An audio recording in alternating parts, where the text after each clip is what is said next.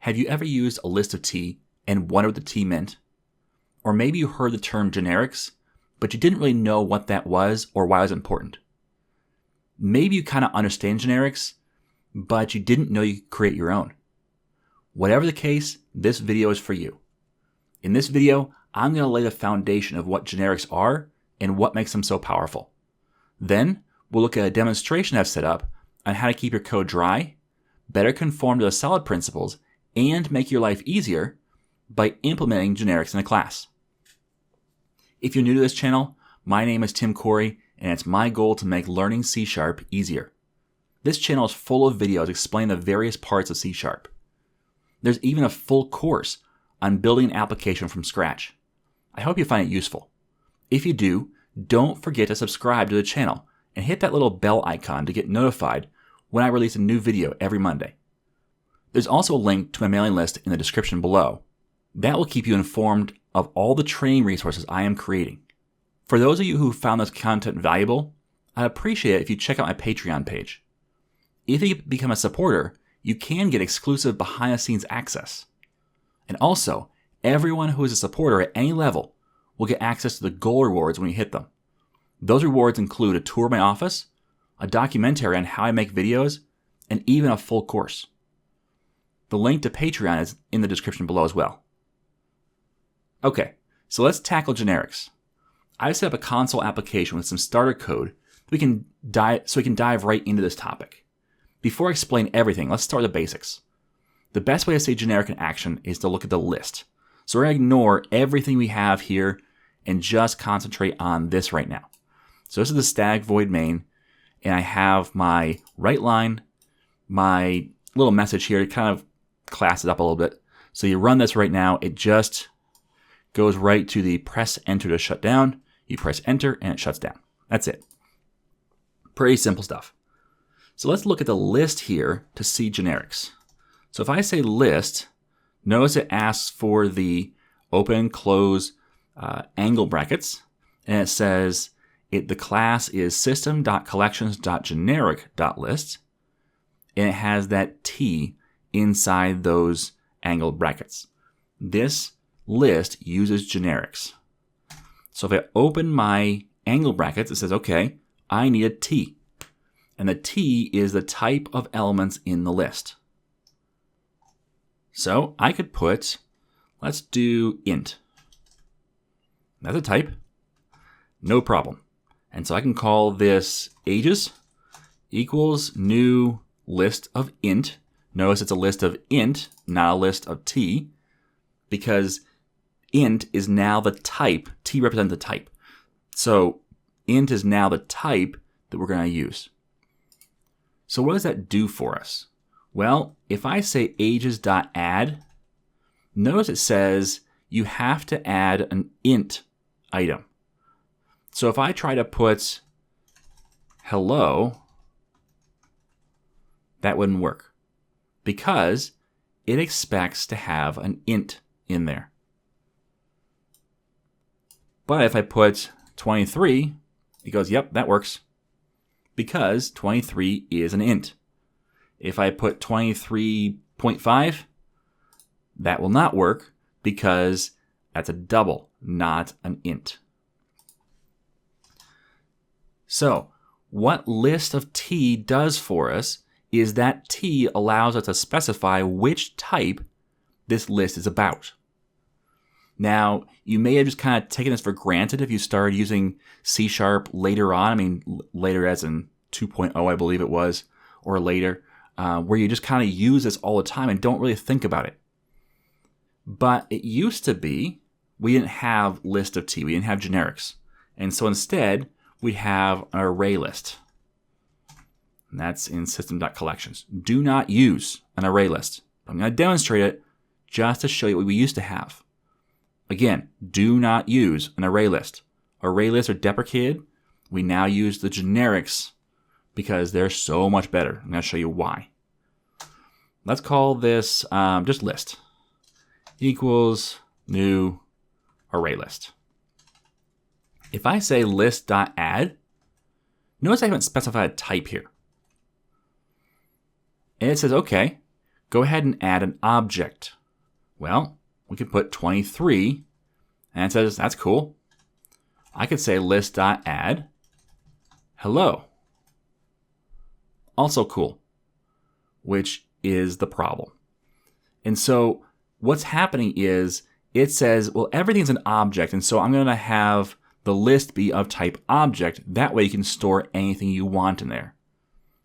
If you want to specify that only ints can go in this list, you're responsible to make sure that you only put ints in this list. So what happened was we had this list, and it was a type object. And if I wanted to say int val equals list, let's give me the one position 0, it goes, no, you can't do that, because we can't convert a type object to an int. And so you say, oh, okay, so it's actually an int. And it says, okay, that works. And if we run this, just to kind of demonstrate it does compile and run, yep, no problem. But what if I now said, I want the one at position 1, which is this one right here. No compile time error. But at runtime, I get an unhandled exception, because I cannot cast hello to an int. And so you're going to have this whole messy thing of trying to do these conversions, plus this stuff, if you're doing a conversion where you're actually going to check first, that's going to take some resources. And so it slows your application down. It's also not really safe, because you can do something like this, and the only way to prevent it is to either manually scour your code to make sure you don't do anything like this in your code, which is probably not your code's problem. It's probably information from the user that's going to be the problem. And so there's just all these issues. Well, that's where Microsoft came in and said, this stuff isn't good. It's slow. It's runtime errors, not compile time errors. And it's a little dangerous.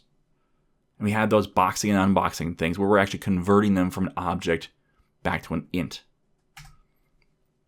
Enter the list of t. So I can put an int here, and it will not allow me at compile time, meaning if I just say ages.add hello, it knows right now that that's a problem. Not when I hit run, right now. That's called a compile time error. We like compile time errors. We don't like errors in general. But if we had to choose, we want a compile time error, not a runtime error. Because a runtime error looks good here, but it's only when you actually come across the code and come across that specific case that it will crash. Now, you may think, well, yeah, but it crashed right away. That's only because I ran that code and ran it with a bad value. What if you normally have good values, but then that one user puts in a bad value? Well, that's when you get the crash. And so it's sometimes sporadic, and trying to find out where those errors are and how they're happening is just a mess. This way, we know right now that that's a problem. So that's what generics are good for. They give you actual types. And that's one of the things that's really important is this list of t, because I specify that's an int, is now a list of int. I can't change this down the road. I can't say ages is now a list of string. That won't work. It's locked into I am a list of int. So that's really helpful as well, because we don't have these things where they can shift over time. It's not a dynamic thing where it can be changed. These are strongly typed, meaning it specifies exactly which type we can use. We can't use anything but that type. So that's kind of the foundation of generics and using generics. And you've probably used these a lot. So I'm assuming that you at least have done this before, and it goes, yeah, I got that. Okay? But now you kind of understand why they're so important and why they're pretty powerful. The other thing is, if we wanted to create a list where there was a list of int and a list of string, and we didn't have generics, we'd have to create multiple overloads for the list. And in fact, if you look at the console write line, you'll see 19 or 18 different overloads. So if you look at the list, there's 19 total different types because it takes in a Boolean, a char array, decimal, double. It tries to account for all these different types. Well, with generics, we don't have to do that. We can say, whatever you pass in, that's cool. We'll take it. So that's some really powerful stuff. And so let's get into how we can take advantage of it beyond just using what Microsoft has given us. And I just want to preface this by saying, probably you won't have to do this very often. Typically, you just use what Microsoft has given you, but now you know a little bit better about why you should use it and why it's important. But there are times when you have code that would benefit from generics. And so I'm going to demonstrate one of those cases. So let's just comment this out so you can have it. We don't need to actually do anything more with that. But what I've got here is this demonstrate text file storage. So I'm going to call this here. And then we'll look at what it does. So demonstrate text file storage creates two lists.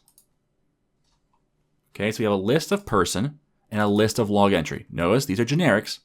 So this list of person is different than this list of log entry. Okay, each one holds one specific class type.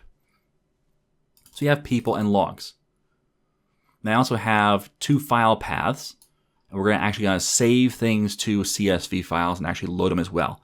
So the people file will be people.csv, and that's in the C temp folder. Now, if you're running this at home, the code will be on my blog, so you can go ahead and there's a link in the description below. But you can go to my blog and download the source code for this at the start and the finish. If you are going to run this, just make sure that you have the C:/temp path. It will not create it for you.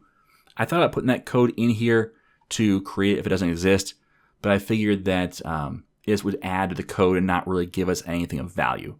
So just make sure that the temp folder exists in the C drive and that a normal user has access to write to it, which they usually do. So just make sure that file exists or folder exists. So we're going to write the people.csv file and also the logs.csv file. And I did CSV instead of text because that way you can open up an Excel or a notepad. So either one.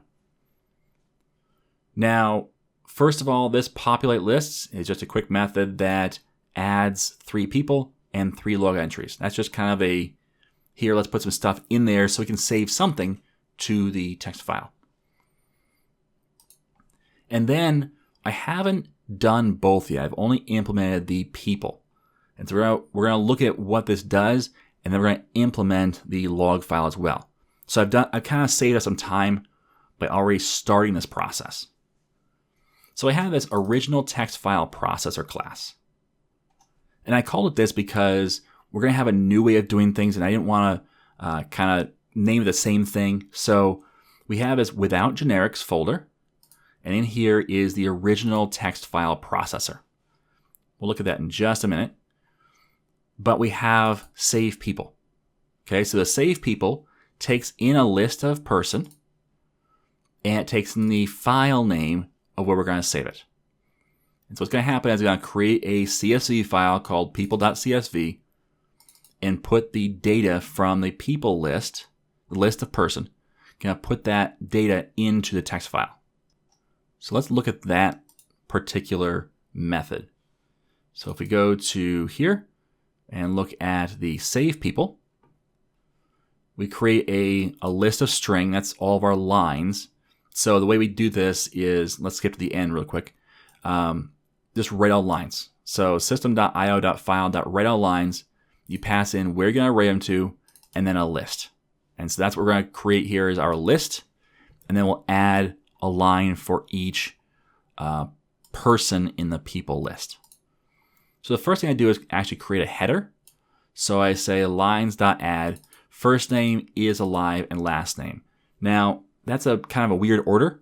And the reason I did it in that order is because later with generics, it's going to create the header for us, and it will store it in this same order. So I didn't want to kind of step on toes with the generics, so I did it this way. You wouldn't have to do this normally if you were doing it manually. You could do it in any order you wanted. But since I'm going to load it up with generics, I'm going to create my own order. So, or mirror that order. All right, so first name, comma, is alive, comma, last name. And these, by the way, the list of person and also the log are in the models folder. So there's the person, which is just first name, last name, and is alive. The is alive is a Boolean, just to show you something different. And then the log entry is an error code, which is an int, a message, which is a string, and the time of the event, which is a date time. Also note that it defaults to datetime.utc now. That way we don't have to put a datetime in. It just creates it for us. So that's those two. Anywho, back to this. So we create the header row first, and then we loop through each person in the people list. I call it P. That way it's just short. When you're doing for eaches, it's usually helpful to create a very short variable name. That way it doesn't make your lines ridiculously long when you're trying to type them out. So I'm going to add, and I create this. So this is the lines. I'm going to add this line right here, which uses the $, which allows us to insert these curly braces and put values in their place. So first name, comma, is alive, comma, last name. So just like this pattern here, only these are the values, not the header. And then it writes that to the place we tell it. So that's it. So that's the original text file processor save people. Now you may have already noticed a problem, but we're going to go on and I'll show you the problem in just a minute. It will run, but there's another problem here. So what I do next is I said, okay, now that you've saved that, let's load it. So load people, pass in the file name, and put it into a new variable. So this is a blank variable, has not been created yet. Notice I used the var keyword here. Typically I don't, but in this case, one of the things it does is it shortens the declaration. So instead of saying list of person, new people, which would make this line a little longer, I decided to go with var. So it's one of those things that it's up to you. Typically I don't use var, but that's one of those cases where it just shortens things up, especially these really long names. And if you mouse over it, it still tells you the actual type. Because C# is strongly typed, and so we can tell exactly what type it is.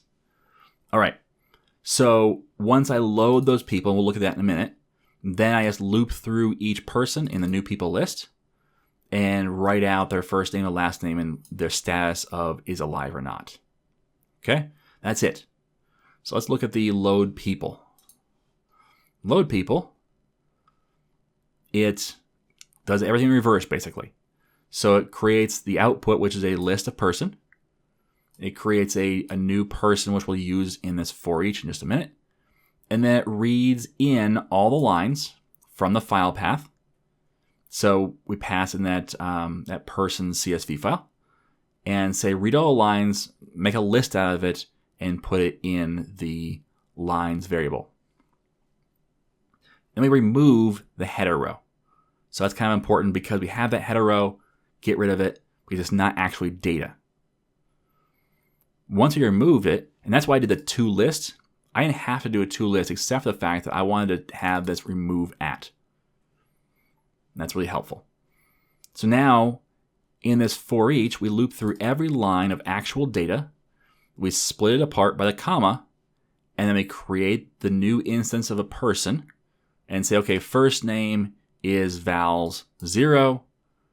Last name is vals 2, and that's based on a split, so that splits it into a string array. And this middle one's kind of interesting because is alive is actually a Boolean, not a string. But we're passing in stuff from a text file, which is strings. So we have to do the bool.parse and pass in vals1. Now, if we put erroneous information in a text file, that's going to blow up. Just know that. But since we're creating a text file and we're loading a text file, there shouldn't be any outside interference.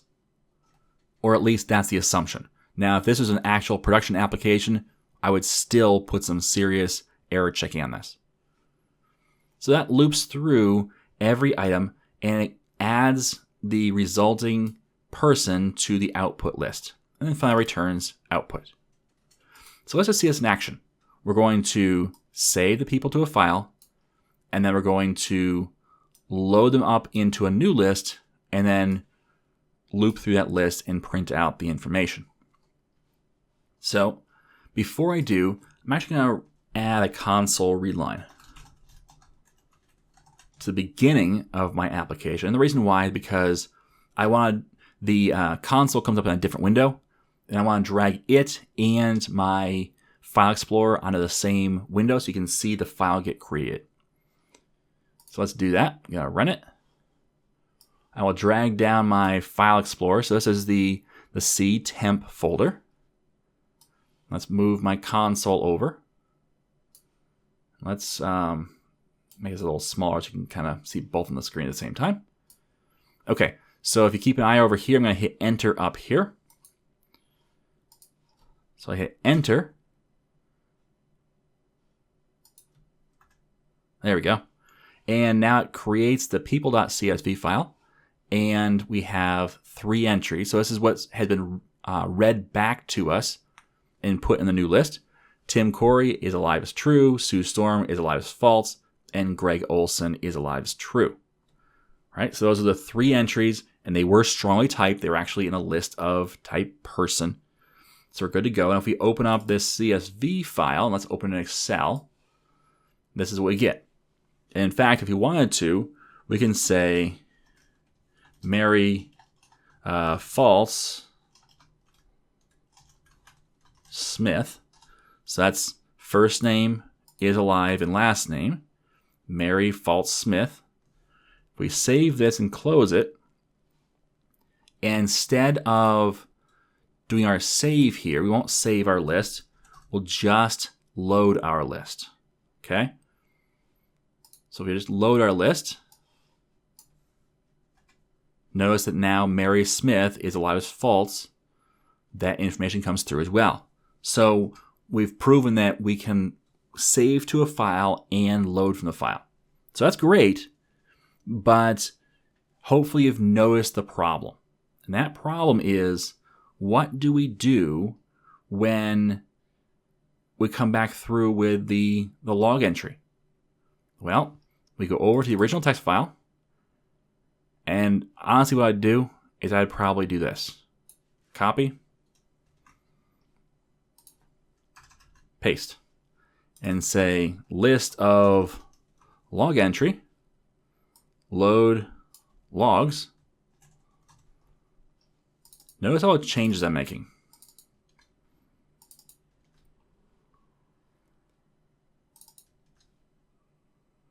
All right, and it's not, let's change the name P to L, or let's say log.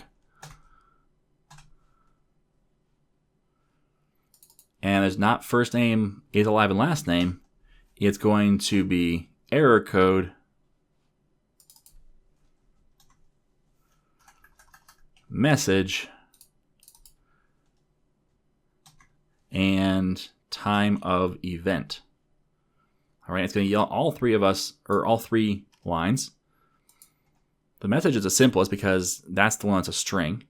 The error code is an int, so we have to say int.parse vals, or val0. And then this is a date time, so datetime.parse, pass in a string. And there we go. So now I've converted the load logs. Now let's go to these, instead of save people, I'll copy this, I'll paste it, and I'll say save logs.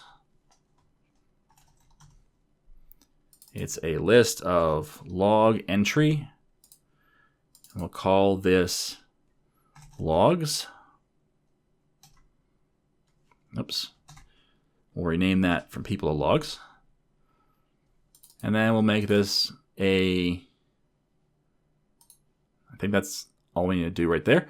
Okay, now we need to, instead of first name, last name, or first name is alive and last name, we have error code, message, and time of event.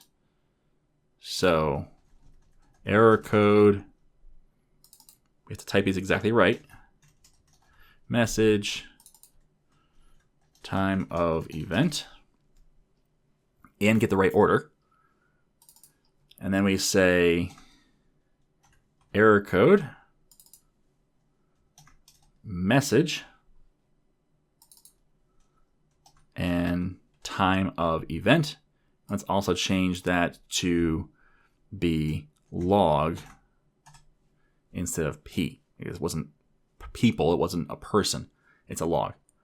All right, so we already had a model, so copying and pasting kind of helped us here, but that was a lot of work. All right, let's go back and see if it actually works. So I'm actually going to comment this out. We don't need to prove that the text file saving for people and loading works. But let's do it again and say original text file processor dot save logs, logs, and the log file is the path. And now var new logs equals original text file processor dot load logs, and it's the log file. For each,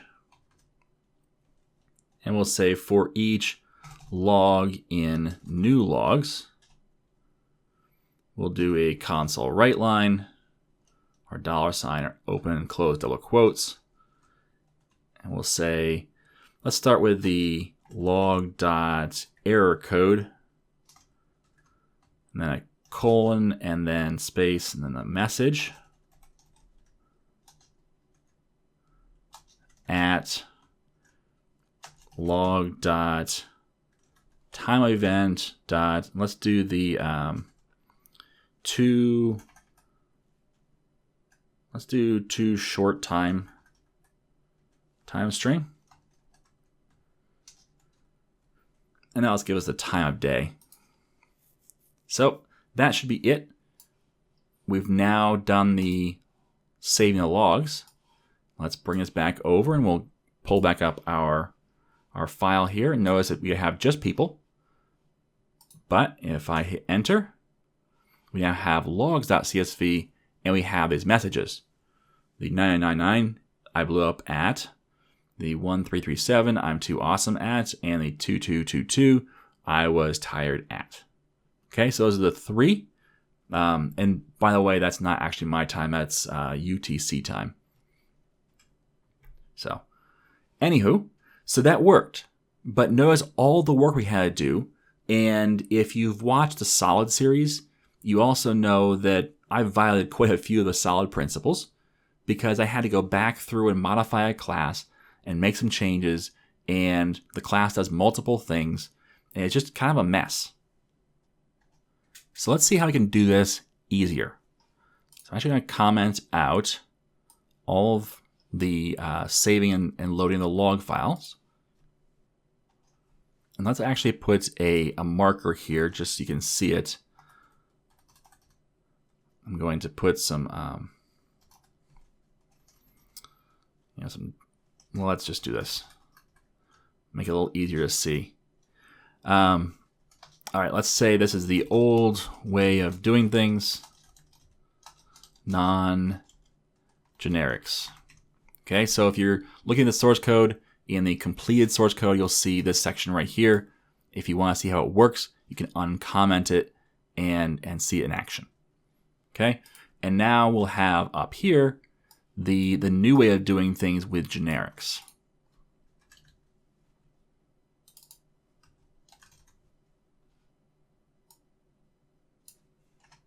Okay, and that'll be the code in here. All right, So I actually have this folder called with generics, which we haven't looked at yet. So let's open this up and see what I've created. Now, I could have typed this for you, but this is a little more complicated and I didn't want to type the whole thing out. And I didn't want to stray off into explaining why I was doing certain things the way I was doing things for things that didn't really matter. Okay, so this code, just to kind of preface it a little bit, don't freak out when you see it. It's a little more complicated. It's got some nested loops and stuff like that. But that's not what we're concentrating on. We're concentrating on how generics can keep us dry, that dry as in don't repeat yourself, help us with applying solid, all those solid principles, and also how to make our lives easier. So let's look at this code where I have two methods, load from text file, and then I have save to text file. Now I've added quite a few comments in here so that as you're reading through it later, you can see what I did in order to kind of help you, maybe some things that were outside the scope of this video, but you might be able to use somewhere else. So I use reflection in here and I use some other things to help us out. Okay, so I've created, and let's look at the load from text file first. This load from text file says the return type is a list of T. That's an actual T. It's not a type. It's not a list of int, not a list of string. It's type T. And I made that up. Okay? You don't have to call it T. That's the default common syntax is T. I could have called it A. I could have called it B. All right? So I said it returns a list of T. And then it says it loads from a text file, and then it has the again, angle brackets and T. So this is a generic method. So that when we create it, we can pass in any actual type inside these angle brackets, and we can use it. All right? So we load from a text file, and we're passing the file paths. It looks a lot similar to what we did in the without generics, but we're not specifying the log entry class or the person class. We're specifying T instead. Now, there is this limiter here, and this is kind of important. It's one of those things where, again, this is a more advanced example, but I want to show you a more advanced example because I wanted you to see all the things you could do or might need to use when using generics. So T could be anything. It could be an object, it could be an int, it could be a string, but that's a problem for us because we're going to loop through and look at all the different properties and save them and load them. Well, a string doesn't have properties, not the same way. And so an int doesn't either. And so that'd be a problem. And so what I want to do was say, yes, this is generics, but you can't just throw any type you want in here. I'm going to limit you. So right after the close paren, before the opening curly brace of this method, I can say where T, and that's the type. So if I called it A, it'd be where A. But where T, and then a colon, and then here's the limitations. So the first limitation is it has to be a class, meaning it can't be an int. It's got to be a class. So that's the first one, and then comma, because there's a second limitation. The second limitation is you have to have the ability to have an empty constructor. Now you may think, well, every class has an empty constructor, and that's not true.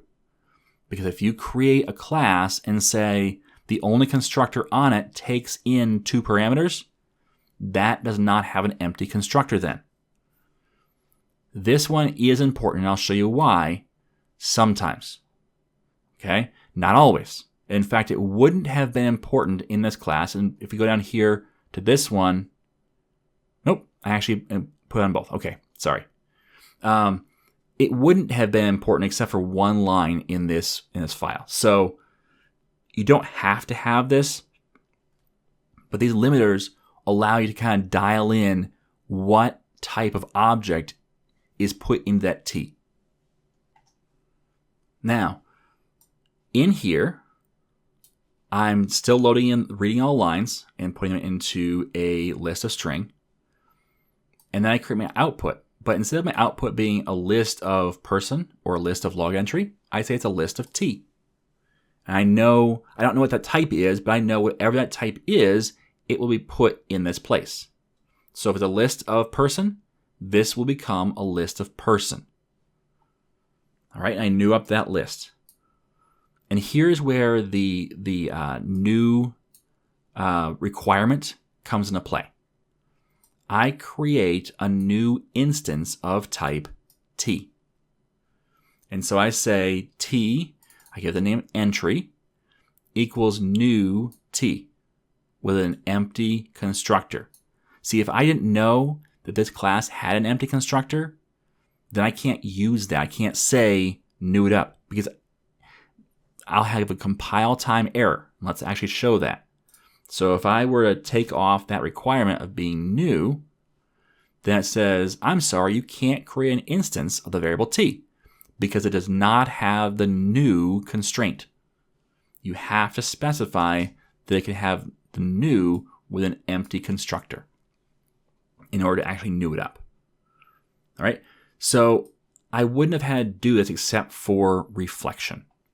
Now what reflection is, and this is kind of outside the scope of this video, but I want to at least cover it a little bit. Reflection allows you to look at an object at runtime and get the properties. All right, so I'm saying this entry variable, which is just a new instance of T, get the type that it is. So it'll figure out what the actual type is, not just T, but the actual, is it a person? Is it a log entry? What class is it?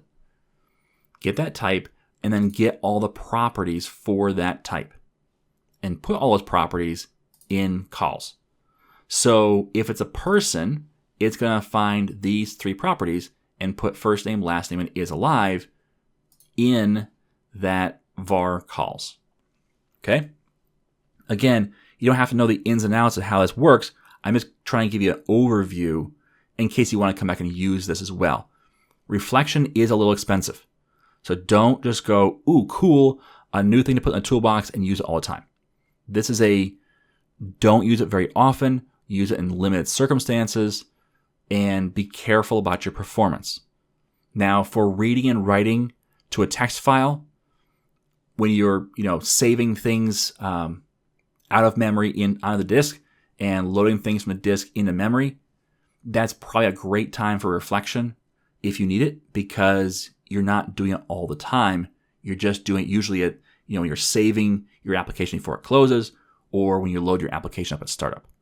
So just know that reflection, which is what we're doing right here with the get type get properties, that's a little expensive as far as speed. Now you're not going to notice it in this application because it's not like, oh my goodness, it takes 5 minutes, but it does significantly slow down your application. So just kind of know that in the back of your mind. Don't use reflection all the time. Okay. Let's go on to what we're doing next. I'm checking to make sure that the lines count is less, if it's less than 2. Remember that we have a header row. So if you have less than 2 lines, what do you have? Just the header or nothing at all. So if the lines is less than 2, throw a new index out of range exception. The file is either empty or missing. Okay, so you load up the file, and that's the lines variable, but there wasn't at least 2 rows, the header row and at least 1 data row. Therefore, you've got a problem. All right, so that just exits out right away. So now we can be safe knowing that we have at least 1 data row. So we can look at the row at line 0 and split it because that's our headers. And then we remove that row, so it's just now lines just has the data. Same thing we did in the original text file processor. Then we loop through every line and say, create a new instance of T. Then we split each row, and then we find the matching column. Okay, and this is a little trickier, but what we're doing here is looping through, and I can explain it here. But what we're doing is looping through and finding the header that matches the column's name. When we find it, then we can set that value. So it's essentially saying, okay, I've got first name for the column call.name is first name. It's going to loop through the headers until it finds the one that says first name.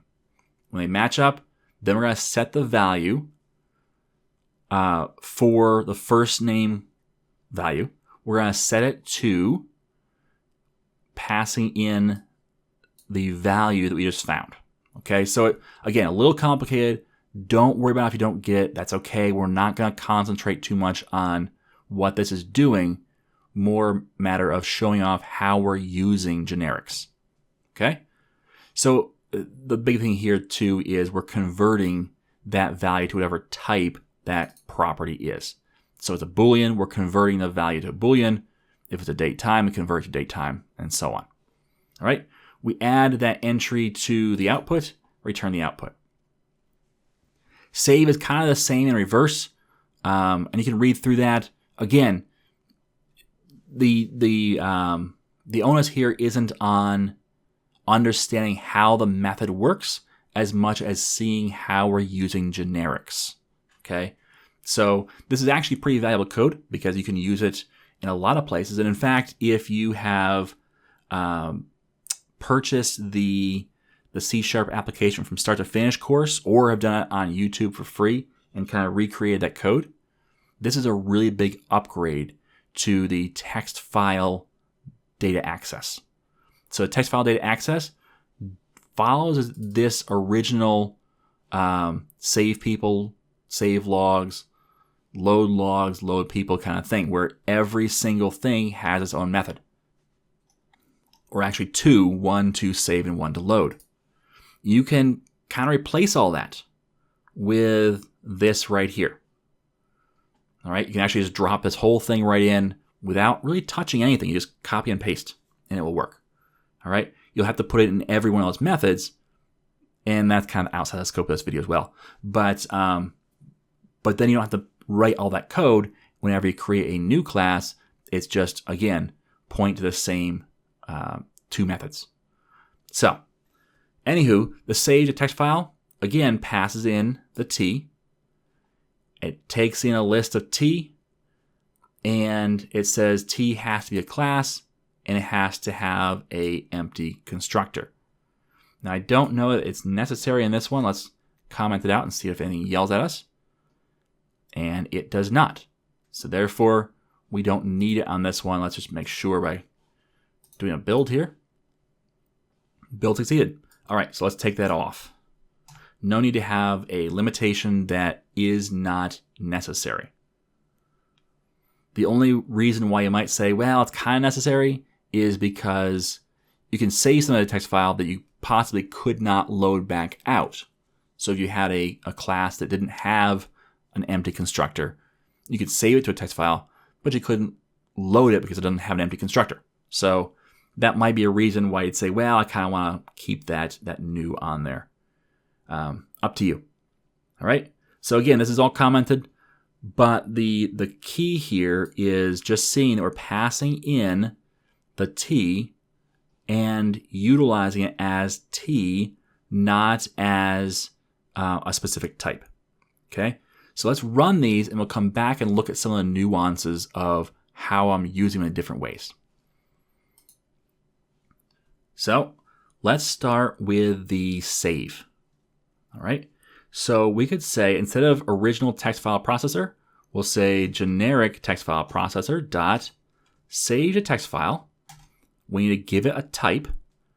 And so we'll say this is the person type. And we pass in a list of person. So that'd be our people list. And our file path, people file.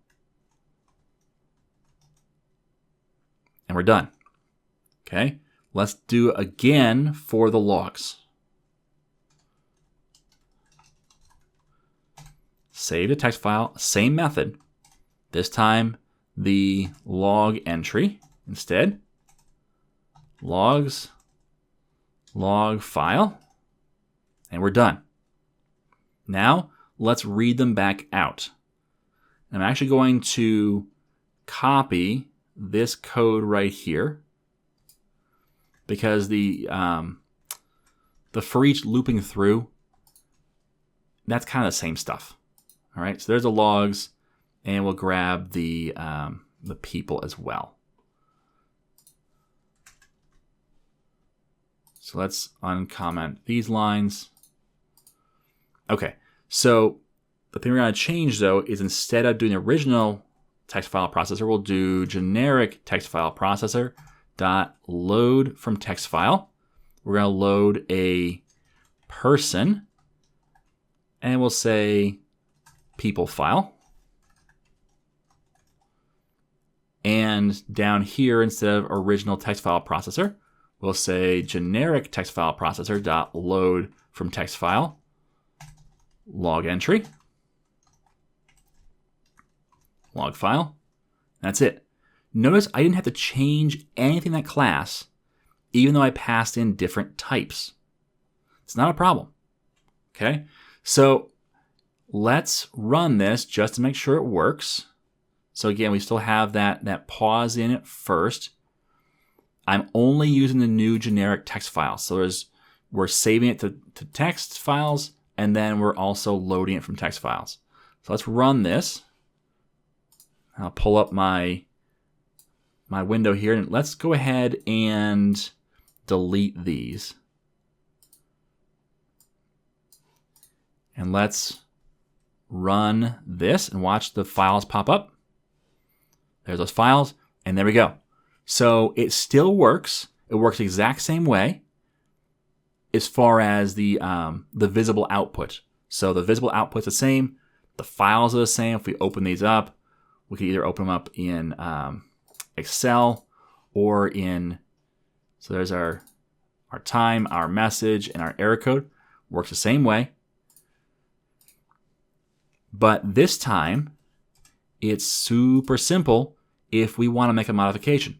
So say we add a third model. Not a problem. We could just add a new model, create our list, pass it in as that type, and the file name for that new model, load it back out, and it all will still work.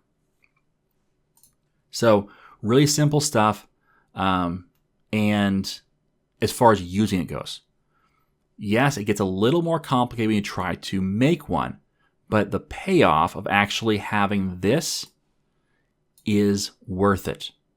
So if there's a case where you have, something like this, one of the cases that I use it for is I use Dapper. And so if you've seen my video, C#, connecting C# to SQL the easy way, I demonstrate how to use Dapper. I also use it in my C# applications course. But with Dapper, it uses generics. And one of the things you can do is say, this is the type that's going to return. So if I do a query, I can say query of type person. And when it brings back the data, it will create a list of person and put the values in. And it's doing something very similar to what I am doing in here. So it's doing something very, very similar. So, but the problem was I was creating this, open the connection using the using statement and get the connection string and load up all different parameters and create the code for actually calling and all the rest. It's about 10 lines of code if you do everything. And I was writing the same 10 lines of code over and over and over again. And I thought, why am I doing this? And so I actually created a generic class or generic method that I just say, okay, here's the store procedure. Here is the type. So say person or log entry, whatever. I pass those two things in along with the parameters, and it connects to the database, connects to the right database, and it does all the work for me. And so that's a really easy way where I don't then have to kind of write the same code over and over and over again. I don't have to say, man, this feels like a dry violation where I'm repeating myself a little bit, but it's all a little bit different. Not a problem. Now I have one method, and that's it. So there's definitely places to use this, and it is a little more advanced sometimes. Okay. Now this one is a much more advanced case just to kind of show off the different parts of it. Okay, so I have the where I'm limiting what T is. And I'm returning the type, and I'm also passing it in. And I'm creating a new instance of that type.